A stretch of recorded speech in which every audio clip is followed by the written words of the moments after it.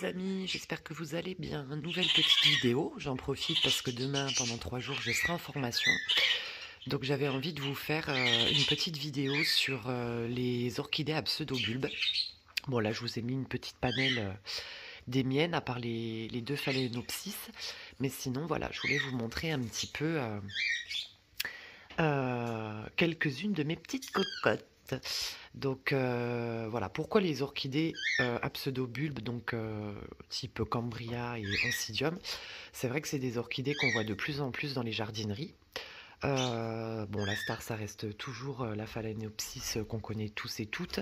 Mais les Cambria, c'est vrai, ainsi que les Oncidium, sont de plus en plus présents. On les trouve de plus en plus dans les jardineries. Mais voilà, c'est vrai que ce sont des orchidées qui sont pas spécialement dures d'entretien, je trouve, mais par contre, il faut comprendre un petit peu comment elles fonctionnent. Moi, je sais que j'ai fait pas mal d'erreurs au début avec elles, notamment une dont je vous parlerai dans quelques instants. Et une fois qu'on a compris comment elles fonctionnaient, voilà, c'est pas des orchidées vraiment compliquées. En plus, c'est vrai qu'elles ont des couleurs, elles sont vraiment de toutes les couleurs, elles ont des floraisons qui sont quand même sublimissimes, et certaines même ont un parfum, ont une fragrance, donc ça sent extrêmement bon. Je vous conseille d'en acquérir une si c'est pas déjà le cas, parce que c'est vrai qu'il y a certaines Cambria, moi j'en ai une, bah c'est elle d'ailleurs, attendez, elle est où? Ouais, c'est elle. Qui a un parfum vraiment de chocolat en fait. Vous avez l'impression d'avoir du chocolat quand vous rentrez dans la pièce. Enfin bref.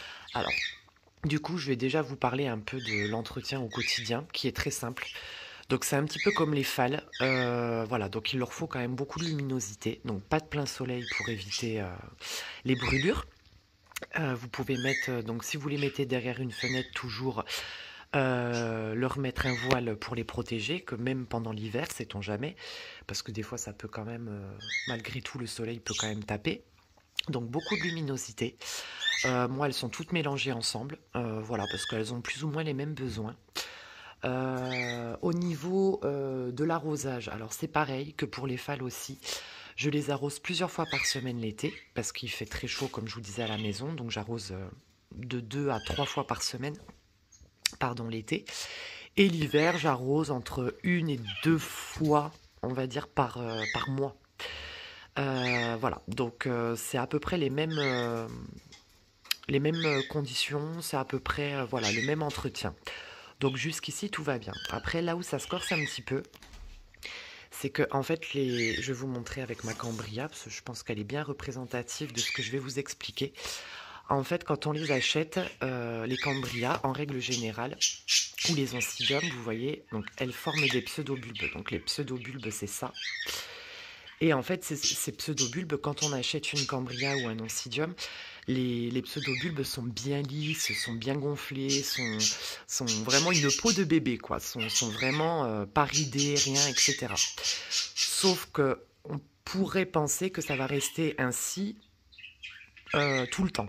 Sauf que c'est pas le cas. En fait, le pseudobulbe, c'est quoi? C'est une réserve. En fait, c'est une réserve de nourriture et d'eau pour la plante. Et c'est ce qui va permettre de nourrir la plante et d'avoir une floraison. Plus le pseudobulbe va être assez gros, plus il va pouvoir vous donner une floraison abondante et une belle floraison. Tout simplement, avec un nombre de fleurs, ça peut monter. Surtout les oncidiums, ça peut aller. Les plus gros sujets que j'ai vus. Il y avait une dame sur YouTube, mais ça remonte à des années, je ne saurais plus vous dire le nom de cette dame. Elle avait un oncidium qui était énorme, mais quand je vous dis énorme, qui était vraiment énorme, et elle pouvait aller jusqu'à une centaine de fleurs par hampe florale. Donc ce qui est vraiment hallucinant, quoi. Et donc en fait, plus le temps va passer, plus la croissance de la plante va évoluer, et plus les anciens pseudobulbes, en fait, vont se rider, en fait. Donc c'est à ce moment-là qu'on a tendance à croire que les pseudobulbes sont ridés, donc il faut arroser. Donc ça peut être un manque d'arrosage, bien évidemment. Si vous laissez l'orchidée pendant 1 mois sous 35 degrés sans arrosage, le pseudobulbe va puiser dans ses réserves pour pouvoir nourrir la plante. Mais voilà quoi, vous pouvez remédier à ça, vous l'arrosez et ça va se regonfler un petit peu, mais ça sera jamais autant que quand vous l'avez acheté, par exemple. Donc en fait, plus le temps va passer, plus ça va se rider. Et en fait, quand le pseudobulbe arrive à maturité, donc vous voyez à peu près de cette taille, vous allez avoir donc la floraison qui part entre les aisselles des feuilles.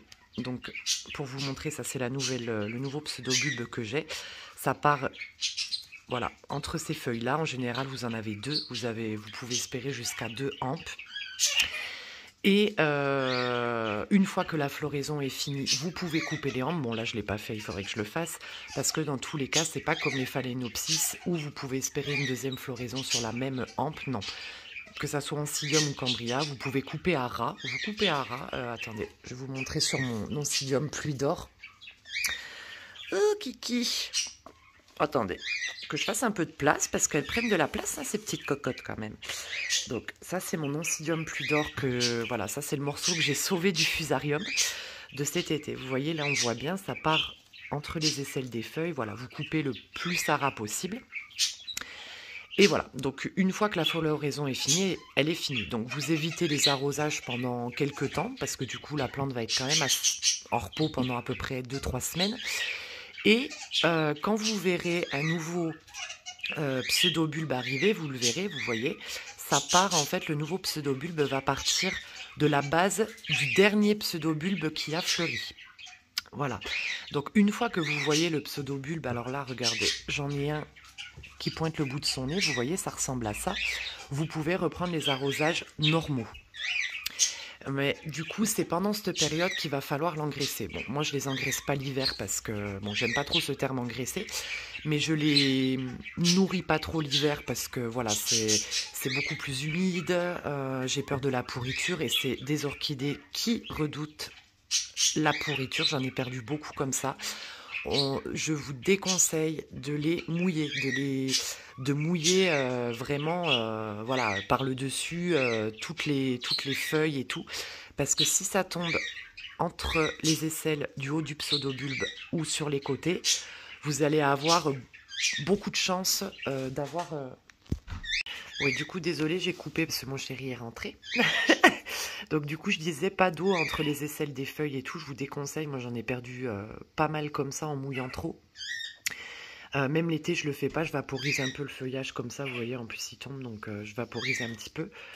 Mais c'est tout. Vraiment, je vous déconseille parce qu'elles sont très sensibles du coup à l'humidité au niveau des aisselles des feuilles.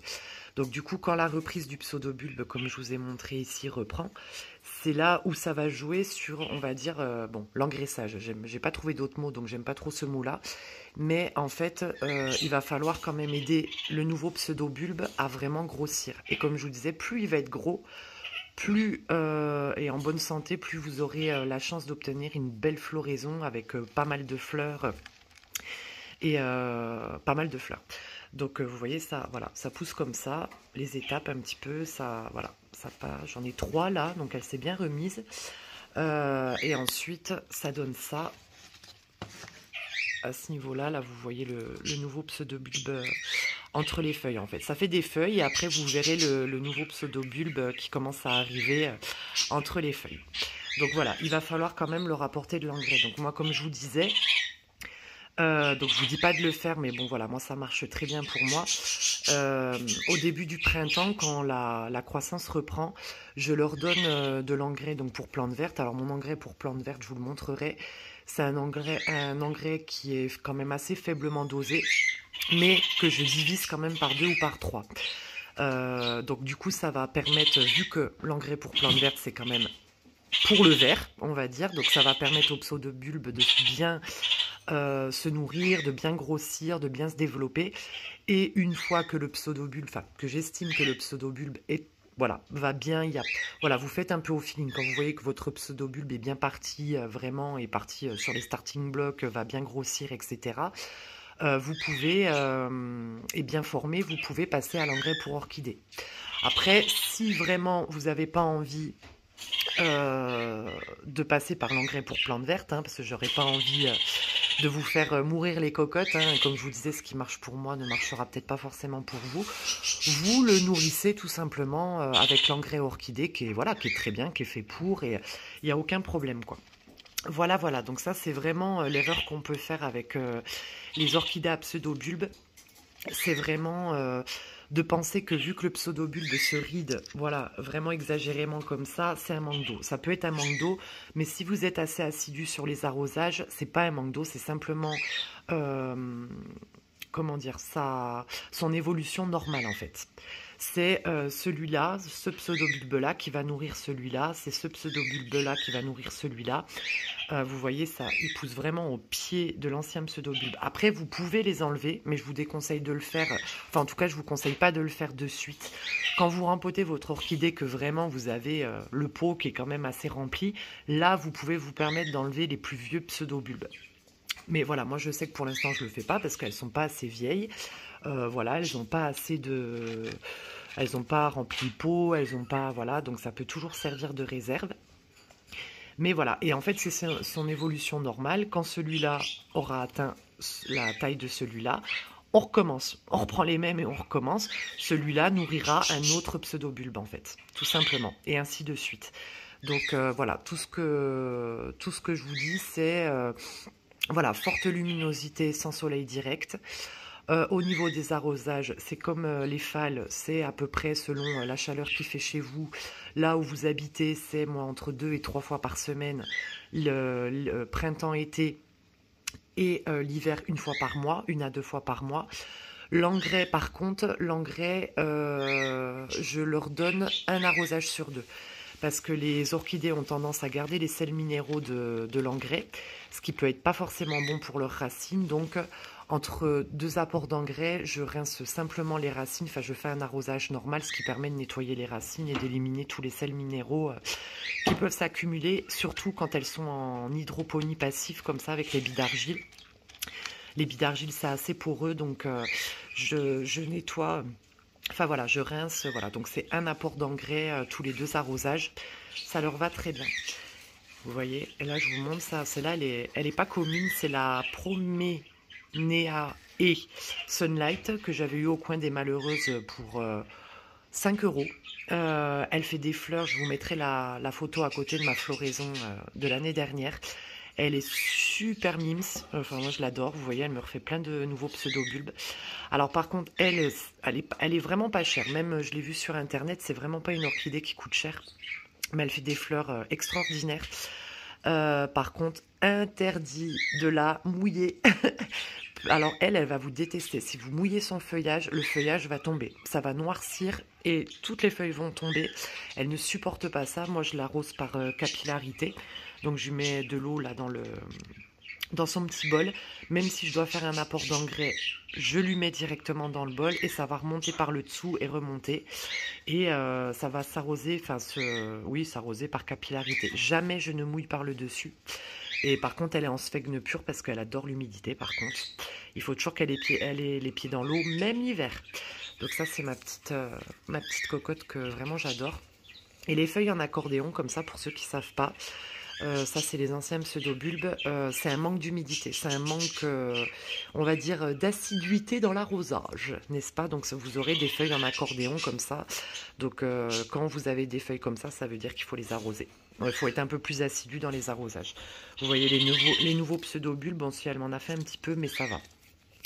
Là, c'est ma Cattleya, donc pareil, je vous montrerai une photo de la floraison qui, elle, va très bien. Vous voyez, elle me refait plein de nouvelles pousses, les racines et tout. Bon, j'attends qu'elle fleurisse. Et elle, en fait, quand elle fleurit, ah bah voilà, parfait. Vous voyez, c'est là. En fait, ça fait une petite pellicule comme ça, sec. Alors surtout, ne l'enlevez pas parce que c'est par là que la floraison va arriver. Donc j'attends patiemment. Et après, ben voilà, ça c'est mes phalaenopsis qui vont pas tarder à fleurir. Bon, ça c'est les kékis. Et là-bas, là c'est une hampe, une vraie hampe qui part de la plante mère. Et pareil, là c'est un kéki. Et ça c'est ma brassia. Pareil, c'est un morceau que j'ai réussi à sauver du fusarium. Du coup, qui me refait un nouveau pseudobulbe. Donc je suis bien contente. Je suis hyper contente parce que je pensais que j'allais la perdre. Et vous voyez, même les racines et tout, elles sont bien grasses, là, bien épaisse, donc ça a l'air d'aller. Voilà les amis, donc n'hésitez pas à vous faire plaisir avec les oncidium et les cambrias. C'est vraiment pas une...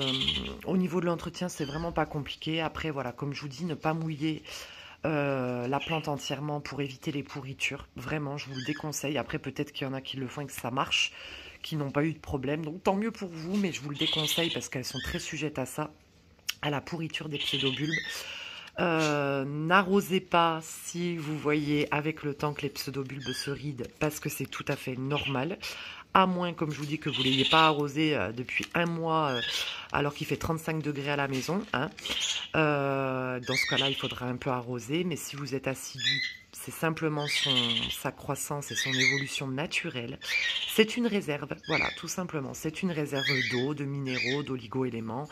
Voilà. Et plus vous allez nourrir les nouveaux pseudobulbes comme celui-là, plus il va être costaud et plus vous pourrez espérer une belle floraison. Après, ne vous dites pas non plus que plus vous allez apporter de l'engrais, plus ils vont être gros. Hein. Ça peut être très néfaste pour la plante hein, aussi. Hein.